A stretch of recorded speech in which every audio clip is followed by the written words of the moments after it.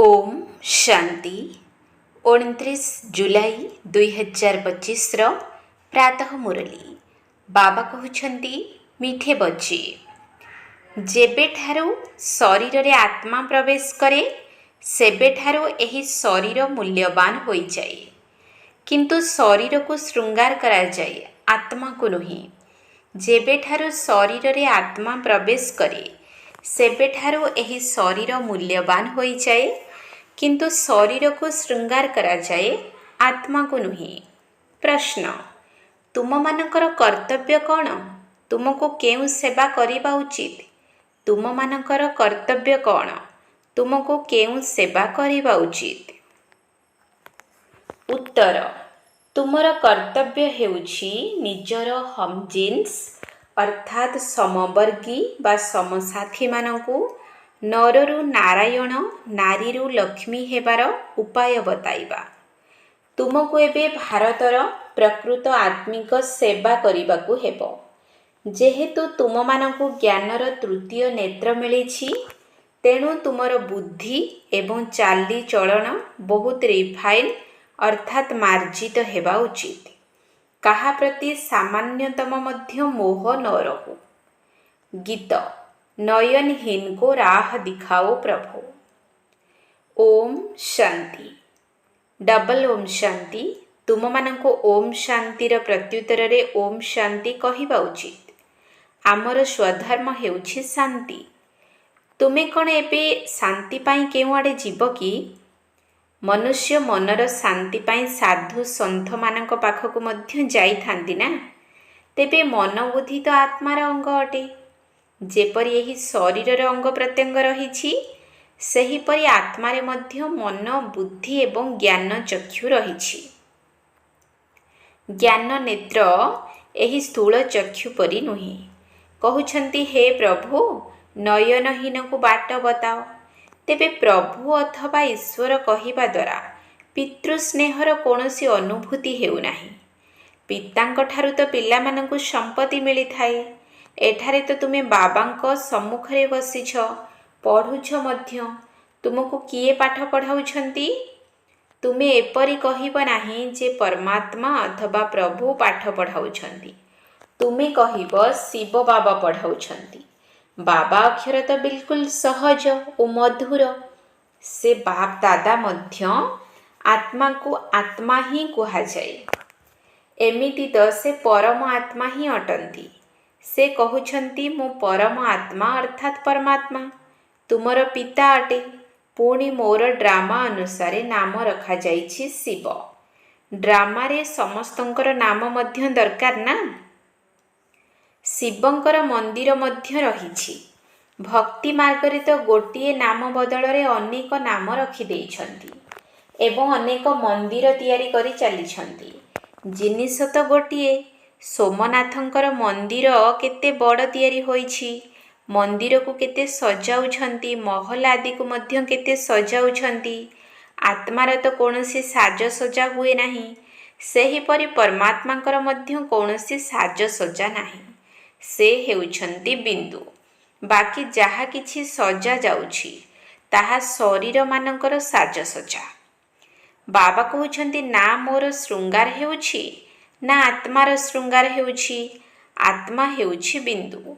शरीर बिना एते छोट बिंदु तो कौनसी अभिनय करि परिबो नाही। सेही छोट आत्माटी शरीर रे प्रवेश करुथिबारु शरीर को केते प्रकार रे सजा जाउछि। मनुष्य मानकर केते प्रकारर नाम रहिछि। राजा रानी को किपरि सजा जाउछि। आत्मा तो साधारण बिंदु ही अटे। एबे तुमे पिला माने ए सब को बुझी सारिछ। आत्मा ही ज्ञान धारण करिथाई। बाबा कहउछंती, मो ठारे मध्य ज्ञान अछि ना। शरीर रे कोन ज्ञान थाए कि?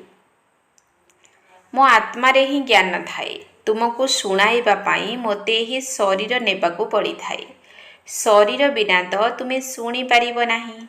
एही गीत लेखा जाइछि, नयनहीन को रास्ता बताओ। कौन शरीर को मार्गदर्शन दिया जीवो? ना, आत्मा को। आत्मा ही डाकुछि।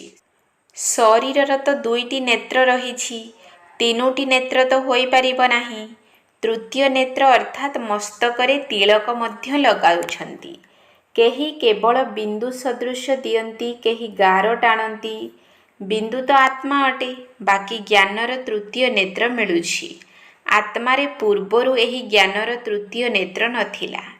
କୌଣସି ମନୁଷ୍ୟଙ୍କ ପାଖରେ ତିଳେ ହେଲେ ଏହି ଜ୍ଞାନ ନାହିଁ, ସେଥିପାଇଁ ଜ୍ଞାନ ନେତ୍ରହୀନ କୁହାଯାଉଛି। ବାକି ସ୍ଥୂଳ ନେତ୍ର ତ ସମସ୍ତଙ୍କର ଅଛି। ସମଗ୍ର ଦୁନିଆରେ ତୃତୀୟ ନେତ୍ର କାହାର ନାହିଁ। ତୁମେ ସର୍ବୋତ୍ତମ ବ୍ରାହ୍ମଣ କୁଳର ଅଟ। ତୁମେ ଜାଣିଛ ଭକ୍ତି ମାର୍ଗ ଏବଂ ଜ୍ଞାନ ମାର୍ଗରେ କେତେ ଫରକ ରହିଛି। ତୁମେ ରଚୟିତା ଏବଂ ରଚନାର ଆଦି ମଧ୍ୟ ଅନ୍ତକୁ ଜାଣି ଚକ୍ରବର୍ତ୍ତୀ ରାଜା ହେଉଛ। ଯେପରି ICS ଯୋଗ୍ୟତାଧାରୀ ମଧ୍ୟ ବହୁତ ଉଚ୍ଚ ପଦ ପାଇଥାନ୍ତି, କିନ୍ତୁ ଏଠାରେ ପାଠପଢ଼ା ଦ୍ୱାରା କେହି ସାଂସଦ ଆଦି ହେଉନାହାନ୍ତି। ଏଠାରେ ତ ନିର୍ବାଚନ ହେଉଛି, ଭୋଟ ଦ୍ୱାରା ସାଂସଦ ଆଦି ହେଉଛନ୍ତି। ଏବେ ତୁମକୁ ବାବାଙ୍କର ଶ୍ରୀମତ ମିଳୁଛି। ଆଉ କେହି ଏପରି କହିପାରିବେ ନାହିଁ ଯେ ମୁଁ ଆତ୍ମାକୁ ମତ ଦେଉଛି। ସେମାନେ ସମସ୍ତେ ହେଲେ ଦେହ ଅଭିମାନୀ। ବାବା ହିଁ ଆସି ଦେହୀ ଅଭିମାନୀ ହେବା ଶିଖାଉଛନ୍ତି। ସମସ୍ତେ ଦେହ ଅଭିମାନୀ ଅଟନ୍ତି। ମନୁଷ୍ୟ ଶରୀରକୁ କେତେ ଚାକଚକ୍ୟରେ ରଖୁଛନ୍ତି। ଏଠାରେ ତ ବାବା ଆତ୍ମାମାନଙ୍କୁ ହିଁ ଦେଖୁଛନ୍ତି। ଶରୀର ବିନାଶୀ, ପଇସାକର ମୂଲ୍ୟ ନୁହେଁ। ଜୀବଜନ୍ତୁଙ୍କର ତ ହେଲେ ଚମଡ଼ା ଆଦି ବିକ୍ରି ହୋଇଥାଏ। ମନୁଷ୍ୟମାନଙ୍କର ଶରୀର ତ କୌଣସି କାମରେ ଆସୁନାହିଁ। ଏବେ ବାବା ଆସି ୱର୍ଥ ପାଉଣ୍ଡ ଅର୍ଥାତ୍ ମୂଲ୍ୟବାନ କରୁଛନ୍ତି। ତୁମେ ପିଲାମାନେ ଜାଣିଛ ଯେ ଏବେ ଆମେ ଦେବତା ହେବାକୁ ଯାଉଛୁ, ତେଣୁ ଏହି ନିଶା ଚଢ଼ି ରହିବା ଉଚିତ। କିନ୍ତୁ ଏହି ନିଶା ମଧ୍ୟ ପୁରୁଷାର୍ଥର କ୍ରମ ଅନୁସାରେ ରହୁଛି। ଧନର ମଧ୍ୟ ନିଶା ରହିଥାଏ ନା। ଏବେ ତୁମେ ପିଲାମାନେ ବହୁତ ଧନବାନ ହେଉଛ। ତୁମର ବହୁତ ରୋଜଗାର ହେଉଛି। ତୁମର ମହିମା ମଧ୍ୟ ଅନେକ ପ୍ରକାରରେ ରହିଛି। ତୁମେ ଫୁଲର ବଗିଚା ତିଆରି କରୁଛ। ସତ୍ୟଯୁଗକୁ ଗାର୍ଡେନ ଅଫ୍ ଫ୍ଲାୱାର ଅର୍ଥାତ୍ ଫୁଲର ବଗିଚା କୁହାଯାଉଛି। ଏହାର ଚାରା କେବେ ଲାଗୁଛି ଏକଥା ମଧ୍ୟ କାହାକୁ ଜଣା ନାହିଁ। ତୁମକୁ ବାବା ବୁଝାଉଛନ୍ତି, ମୋତେ ଡାକୁଛନ୍ତି ମଧ୍ୟ, ହେ ବାଗବାନ ଅର୍ଥାତ୍ ବଗିଚାର ମାଲିକ ଆସ। ତାଙ୍କୁ ମାଳି କୁହାଯିବ ନାହିଁ। ସେଣ୍ଟର ସମ୍ଭାଳୁଥିବା ସନ୍ତାନମାନେ ମାଳି ଅଟନ୍ତି। ଅନେକ ପ୍ରକାରର ମାଳି ରହିଛନ୍ତି, ବାଗବାନ ଜଣେ ହିଁ ଅଟନ୍ତି। ମୋଗଲ ଗାର୍ଡେନର ମାଳିକୁ ଦରମା ମଧ୍ୟ ବହୁତ ମିଳୁଥିବ ନା। ଏତେ ସୁନ୍ଦର ବଗିଚା ତିଆରି କରୁଛନ୍ତି ଯେ ସମସ୍ତେ ଦେଖିବାକୁ ଆସୁଛନ୍ତି। ମୋଗଲମାନେ ବହୁତ ସୌଖିନ ଥିଲେ। ତାଙ୍କର ସ୍ତ୍ରୀ ମରିଗଲା, ତେଣୁ ତାଜମହଲ ତିଆରି କରିଦେଲେ, ଯାହାଙ୍କର ନାମ ପ୍ରଚଳିତ ହୋଇ ଆସୁଛି। କେତେ ଭଲ ଭଲ ସ୍ମୃତିଚିହ୍ନ ତିଆରି କରିଛନ୍ତି। ତେଣୁ ବାବା ବୁଝାଉଛନ୍ତି ମନୁଷ୍ୟଙ୍କର କେତେ ମହିମା ହେଉଛି। ମନୁଷ୍ୟ ତ ମନୁଷ୍ୟ ହିଁ ଅଟନ୍ତି। ଲଢ଼େଇରେ ଢେରକୁ ଢେର ମନୁଷ୍ୟ ମରୁଛନ୍ତି। ପୁଣି କ'ଣ କରୁଛନ୍ତି? ସେ ଶବକୁ କିରୋସିନ, ପେଟ୍ରୋଲ ପକାଇ ଖଲାସ କରିଦେଉଛନ୍ତି। କେହି ତ ସେମିତି ପଡ଼ି ରହିଥାନ୍ତି।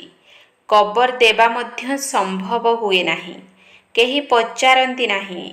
ତେବେ ଏବେ ତୁମକୁ କେତେ ନାରାୟଣୀ ନିଶା ଚଢ଼ିବା ଉଚିତ। ଏହା ହେଉଛି ବିଶ୍ୱର ମାଲିକପଣର ନିଶା। ଏହା ସତ୍ୟ ନାରାୟଣର କଥା ଅଟେ। ତେବେ ନିଶ୍ଚୟ ନାରାୟଣ ହିଁ ହେବ। ଆତ୍ମାକୁ ଜ୍ଞାନର ତୃତୀୟ ନେତ୍ର ମିଳୁଛି, ଯାହାକି ବାବା ହିଁ ଦେଉଛନ୍ତି। ତୃତୀୟ ନେତ୍ରର କଥା ମଧ୍ୟ ରହିଛି। ଏସବୁର ଅର୍ଥ ବାବା ବସି ବୁଝାଉଛନ୍ତି। କଥା ଶୁଣାଇଲା ବାଲା କିଛି ହେଲେ ଜାଣିନାହାନ୍ତି। ଅମର କଥା ମଧ୍ୟ ଶୁଣାଇଥାନ୍ତି। କେତେ ଦୂର ଅମରନାଥ ଯାତ୍ରା ପାଇଁ ଯାଉଛନ୍ତି। ବାବା ତ ଏଠାକୁ ଆସି ଶୁଣାଉଛନ୍ତି, ଉପରେ ତ ଶୁଣାଉନାହାନ୍ତି। ସେଠାରେ କ'ଣ ବସି ପାର୍ବତୀଙ୍କୁ ଅମରନାଥ ଶୁଣାଇଥିଲେ କି? ଏହିପରି ଯେଉଁ କଥା ସବୁ ଲେଖିଛନ୍ତି, ଏହା ମଧ୍ୟ ଡ୍ରାମାରେ ନିର୍ଦ୍ଧାର୍ଯ୍ୟ ରହିଛି। ପୁଣି ମଧ୍ୟ ହେବ। ବାବା ବସି ତୁମକୁ ଭକ୍ତି ଏବଂ ଜ୍ଞାନର ପ୍ରଭେଦ ବତାଉଛନ୍ତି। ଏବେ ତୁମକୁ ଜ୍ଞାନର ତୃତୀୟ ନେତ୍ର ମିଳିଛି। କହୁଛନ୍ତି ନା, ହେ ପ୍ରଭୁ, ଅନ୍ଧମାନଙ୍କୁ ରାସ୍ତା ବତାଅ। ଭକ୍ତି ମାର୍ଗରେ ଡାକୁଛନ୍ତି। ବାବା ଆସି ତୃତୀୟ ନେତ୍ର ଦେଉଛନ୍ତି, ଏକଥା ତୁମ ବ୍ୟତୀତ କାହାକୁ ବି ଜଣା ନାହିଁ।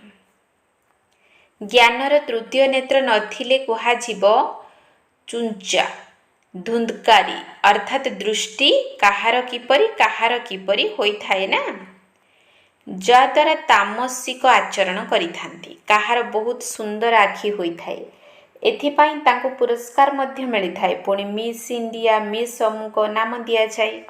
ତୁମକୁ ଏବେ ବାବା କ'ଣରୁ କ'ଣ କରୁଛନ୍ତି? ସେଠାରେ ତ ପ୍ରାକୃତିକ ସୌନ୍ଦର୍ଯ୍ୟ ରହିବ। କୃଷ୍ଣଙ୍କର ଏତେ ମହିମା କାହିଁକି ହେଉଛି? କାହିଁକି ନା ସବୁଠାରୁ ଅଧିକ ସୁନ୍ଦର ହୋଇଥାନ୍ତି। ସର୍ବପ୍ରଥମେ କର୍ମାତୀତ ଅବସ୍ଥାକୁ ପ୍ରାପ୍ତ କରୁଛନ୍ତି, ସେଥିପାଇଁ ପ୍ରଥମ ନମ୍ବରରେ ଗାୟନ ରହିଛି। ଏକଥା ମଧ୍ୟ ବାବା ବସି ବୁଝାଉଛନ୍ତି। ବାବା ବାରମ୍ବାର କହୁଛନ୍ତି, ପିଲାମାନେ ମନ୍ମନା ଭବ, ହେ ଆତ୍ମାମାନେ ନିଜର ପିତାଙ୍କୁ ମନେ ପକାଅ। ପିଲାମାନଙ୍କ ଭିତରେ ମଧ୍ୟ କ୍ରମ ଅନୁସାରେ ରହିଛନ୍ତି ନା। ଧରିନିଅ ଲୌକିକ ପିତାଙ୍କର 5ଟି ସନ୍ତାନ ଅଛନ୍ତି। ତାଙ୍କ ଭିତରେ ଯିଏ ବହୁତ ବୁଦ୍ଧିମାନ ହୋଇଥିବେ ତାଙ୍କୁ ନମ୍ବର 1ରେ ରଖିବେ। ମାଳାର ଦାନା ହେଲା ନା, କୁହାଯିବ ଇଏ ଦ୍ୱିତୀୟ, ଇଏ ତୃତୀୟ ନମ୍ବର ଅଟେ। ଏକାପରି କେବେ କେହି ହୋଇପାରିବେ ନାହିଁ। ବାବାଙ୍କର ସ୍ନେହ ମଧ୍ୟ କ୍ରମାନୁଯାୟୀ ରହିଛି। ତାହା ହେଉଛି ହଦ୍, ଏହା ହେଉଛି ବେହଦର କଥା। ଯେଉଁ ସନ୍ତାନମାନଙ୍କୁ ଜ୍ଞାନର ତୃତୀୟ ନେତ୍ର ମିଳିଛି ତାଙ୍କର ବୁଦ୍ଧି ଏବଂ ଚଳଣି ବହୁତ ମାର୍ଜିତ ହୋଇଥାଏ। ଗୋଟିଏ କିଙ୍ଗ ଅଫ୍ ଫ୍ଲାୱାର ରହିଛି, ଅର୍ଥାତ୍ ଫୁଲଙ୍କର ରାଜା। ସେହିପରି ଏହି ବ୍ରହ୍ମା ଏବଂ ସରସ୍ୱତୀ କିଙ୍ଗ କୁଇନ୍ ଫ୍ଲାୱାର ଅଟନ୍ତି। ଜ୍ଞାନ ଏବଂ ଯୋଗ ଉଭୟରେ ତୀକ୍ଷ୍ଣ ଅଟନ୍ତି। ତୁମେ ଜାଣିଛ ଆମେ ଦେବତା ହେଉଛୁ। ମୁଖ୍ୟ 8 ରତ୍ନ ହେଉଛନ୍ତି। ପ୍ରଥମେ ରହିଛି ଫୁଲ, ପୁଣି ଯୁଗଳ ଦାନା, ବ୍ରହ୍ମା ସରସ୍ୱତୀ। ମାଳା ସ୍ମରଣ କରିଥାନ୍ତି ନା? ବାସ୍ତବରେ ତୁମର ପୂଜନ ନାହିଁ, ସ୍ମରଣ ହେଉଛି। ତୁମ ଉପରେ ଫୁଲ ଚଢ଼ା ଯାଇପାରିବ ନାହିଁ। ଆତ୍ମା ସହ ଶରୀର ପବିତ୍ର ହେଲେ ଯାଇ ଫୁଲ ଚଢ଼ାଯିବ। ଏଠାରେ କାହାର ବି ଶରୀର ପବିତ୍ର ନାହିଁ। ସମସ୍ତେ ବିକାର ରୂପୀ ବିଷରୁ ଜନ୍ମ ନେଇଛନ୍ତି। ସେଥିପାଇଁ ବିକାରୀ କୁହାଯାଉଛି। ଏହି ଲକ୍ଷ୍ମୀ ନାରାୟଣଙ୍କୁ ସମ୍ପୂର୍ଣ୍ଣ ନିର୍ବିକାରୀ କୁହାଯାଉଛି। ସେମାନଙ୍କର ମଧ୍ୟ ପିଲା ତ ଜନ୍ମ ହେବେ ନା। ଏପରି ନୁହେଁ ଯେ କୌଣସି ଟ୍ୟୁବ୍ ଦ୍ୱାରା ପିଲା ଜନ୍ମ ହୋଇଯିବ। ଏସବୁ ମଧ୍ୟ ବୁଝିବାର କଥା। ତୁମକୁ ଏଠାରେ 7 ଦିନର ଭଟ୍ଟିରେ ବସାଯାଉଛି। ଭଟ୍ଟିରେ ମଧ୍ୟ କେତେକ ଇଟା ସମ୍ପୂର୍ଣ୍ଣ ପୋଡ଼ି ହୋଇଯାଏ, କେତେକ ପୁଣି କଞ୍ଚା ରହିଯାଏ। ଭଟ୍ଟିର ଉଦାହରଣ ଦିଆଯାଉଛି। ତେବେ ଇଟା ଭଟ୍ଟିର ବର୍ଣ୍ଣନା ଶାସ୍ତ୍ରରେ କରାଯିବ କି? ପୁଣି ସେଥିରେ ବିଲେଇ କଥା ମଧ୍ୟ ରହିଛି। ଗୁଲବ କାବଲିର କାହାଣୀରେ ମଧ୍ୟ ବିଲେଇର ନାମ ଦେଖାଯାଇଛି। ଦୀପକକୁ ଲିଭାଇ ଦେଉଥିଲା। ତୁମର ମଧ୍ୟ ଏହି ଅବସ୍ଥା ହେଉଛି ନା? ମାୟା ବିଲେଇ ବିଘ୍ନ ପକାଉଛି। ତୁମ ଅବସ୍ଥାକୁ ହିଁ ତଳକୁ ଖସାଇ ଦେଉଛି। ପ୍ରଥମ ନମ୍ବର ହେଉଛି ଦେହ ଅଭିମାନ। ପୁଣି ଅନ୍ୟ ବିକାର ସବୁ ଆସିଥାନ୍ତି। ମୋହ ମଧ୍ୟ ବହୁତ ରହୁଛି। କନ୍ୟା କହୁଛି ଯେ ମୁଁ ଭାରତକୁ ସ୍ୱର୍ଗ କରିବା ପାଇଁ ରୁହାନୀ ସେବା କରିବି। ମୋହର ବଶବର୍ତ୍ତୀ ହୋଇ ମାତା ପିତା କହୁଛନ୍ତି ଆମେ ଅନୁମତି ଦେବୁ ନାହିଁ। ଏହା ମଧ୍ୟ କେତେ ମୋହ ଅଟେ। ତୁମକୁ ମୋହର ବିଲେଇ ହେବା ଉଚିତ ନୁହେଁ। ଏହା ହିଁ ତୁମର ଲକ୍ଷ୍ୟ। ବାବା ଆସି ମନୁଷ୍ୟରୁ ଦେବତା, ନରରୁ ନାରାୟଣ କରୁଛନ୍ତି। ତୁମର ମଧ୍ୟ କର୍ତ୍ତବ୍ୟ ହେଉଛି ନିଜର ସମବର୍ଗୀୟଙ୍କର ଏବଂ ଭାରତର ସେବା କରିବା। ତୁମେ ଜାଣିଛ ଆମେ କ'ଣ ଥିଲୁ, କ'ଣ ହୋଇଯାଇଛୁ। ଏବେ ପୁଣି ପୁରୁଷାର୍ଥ କର ରାଜାମାନଙ୍କର ରାଜା ହେବା ପାଇଁ। ତୁମେ ଜାଣିଛ ଆମେ ନିଜର ରାଜଧାନୀ ସ୍ଥାପନ କରୁଛୁ। କୌଣସି ଅସୁବିଧାର କଥା ନାହିଁ। ବିନାଶ ନିମନ୍ତେ ମଧ୍ୟ ଡ୍ରାମାରେ କୌଶଳ ରଚନା କରାଯାଇଛି। ପୂର୍ବରୁ ମଧ୍ୟ ମୂଷଳ ଦ୍ୱାରା ଲଢ଼େଇ ଲାଗିଥିଲା। ଯେତେବେଳେ ତୁମର ସମ୍ପୂର୍ଣ୍ଣ ପ୍ରସ୍ତୁତି ହୋଇଯିବ, ସମସ୍ତେ ଫୁଲ ହୋଇଯିବେ, ସେତେବେଳେ ବିନାଶ ହେବ। କେହି ଫୁଲମାନଙ୍କର ରାଜା, କେହି ଗୋଲାପ, କେହି ମୋତି ଫୁଲ ଅଟନ୍ତି। ପ୍ରତ୍ୟେକ ନିଜକୁ ଭଲ ଭାବରେ ବୁଝିପାରିବେ ଯେ ମୁଁ ଅରଖ ଅଟେ ଅଥବା ଭଲ ଫୁଲ ଅଟେ। ଅନେକ ପିଲା ଅଛନ୍ତି ଯେଉଁମାନଙ୍କୁ ଜ୍ଞାନର କିଛି ଧାରଣା ହେଉନାହିଁ। କ୍ରମାନୁସାରେ ତ ହେବେ ନା। ସର୍ବଶ୍ରେଷ୍ଠ ହେବା ନା ସର୍ବନିମ୍ନ ହେବେ। ଏହିଠାରେ ହିଁ ରାଜଧାନୀର ତିଆରି ହେବ। ଶାସ୍ତ୍ରରେ ଦେଖାଯାଇଛି ପାଣ୍ଡବମାନେ ପାହାଡ଼ରୁ ପଡ଼ି ମୃତ୍ୟୁବରଣ କଲେ। ପୁଣି କ'ଣ ହେଲା? କିଛି ହେଲେ ଜଣା ନାହିଁ। ବହୁତ କାହାଣୀ ତିଆରି କରିଦେଇଛନ୍ତି, କିନ୍ତୁ ସେପରି କୌଣସି କଥା ନାହିଁ। ଏବେ ତୁମ ପିଲାମାନଙ୍କର ବୁଦ୍ଧି କେତେ ସ୍ୱଚ୍ଛ ହେଉଛି। ବାବା ତୁମକୁ ବହୁତ ପ୍ରକାରରେ ବୁଝାଉଛନ୍ତି। କେତେ ସହଜ ଅଟେ। କେବଳ ବାବା ଏବଂ ସମ୍ପତ୍ତିକୁ ମନେ ପକାଇବାକୁ ହେବ। ବାବା କହୁଛନ୍ତି, ମୁଁ ହେଉଛି ପତିତ ପାବନ। ତୁମର ଆତ୍ମା ଏବଂ ଶରୀର ଉଭୟ ପତିତ ଅଟେ। ଏବେ ଉଭୟକୁ ପବିତ୍ର କରିବାକୁ ହେବ। ଆତ୍ମା ସହିତ ଶରୀର ମଧ୍ୟ ପବିତ୍ର ହେଉଛି। ଏବେ ତୁମକୁ ବହୁତ ପରିଶ୍ରମ କରିବାକୁ ପଡ଼ିବ।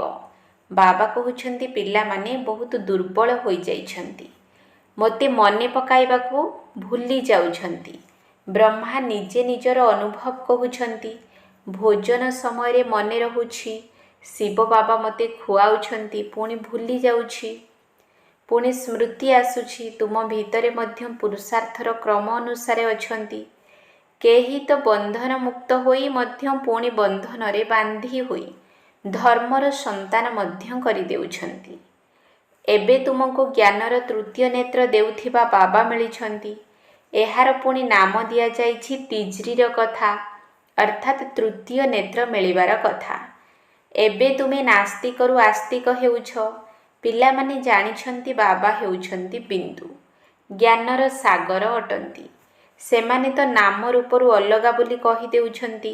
ଆରେ ସିଏ ଜ୍ଞାନର ସାଗର ତ ନିଶ୍ଚିତ ଜ୍ଞାନ ଶୁଣାଇବେ ନା। ଏହାଙ୍କର ରୂପ ମଧ୍ୟ ଲିଙ୍ଗ ସ୍ୱରୂପ ଦର୍ଶାଉଛନ୍ତି। ପୁଣି ତାଙ୍କୁ ନାମ ରୂପରୁ ଅଲଗା କିପରି କହୁଛନ୍ତି? ଶତାଧିକ ନାମ ରଖିଦେଇଛନ୍ତି। ପିଲାମାନଙ୍କର ବୁଦ୍ଧିରେ ଏହି ସମସ୍ତ ଜ୍ଞାନ ଭଲ ଭାବରେ ରହିବା ଉଚିତ। କହୁଛନ୍ତି ମଧ୍ୟ ପରମାତ୍ମା ଜ୍ଞାନର ସାଗର ଅଟନ୍ତି। ସାରା ଜଙ୍ଗଲକୁ କଲମ କରି ଲେଖିଲେ ମଧ୍ୟ ଜ୍ଞାନର ଅନ୍ତ ହୋଇପାରିବ ନାହିଁ।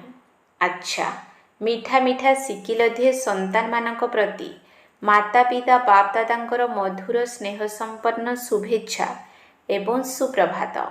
ଆତ୍ମିକ ପିତାଙ୍କର ଆତ୍ମିକ ସନ୍ତାନମାନଙ୍କୁ ନମସ୍ତେ। ଆତ୍ମିକ ସନ୍ତାନମାନଙ୍କର ଆତ୍ମିକ ବାପ ଦାଦାଙ୍କୁ ନମସ୍ତେ ନମସ୍ତେ ନମସ୍ତେ। ସୁପ୍ରଭାତ। ଧାରଣା ପାଇଁ ମୁଖ୍ୟ ସାର। 1 ନମ୍ବର ପଏଣ୍ଟ। ଏବେ ଆମେ ବାବାଙ୍କ ଦ୍ୱାରା ୱର୍ଥ ପାଉଣ୍ଡ ଅର୍ଥାତ୍ ମୂଲ୍ୟବାନ ହୋଇଛୁ। ଆମେ ପୁଣି ଦେବତା ହେବୁ। ଏହି ନାରାୟଣୀ ନିଶାରେ ରହିବାକୁ ହେବ। ବନ୍ଧନମୁକ୍ତ ହୋଇ ସେବା କରିବାକୁ ହେବ। ବନ୍ଧନରେ ଫସିବା ଅନୁଚିତ।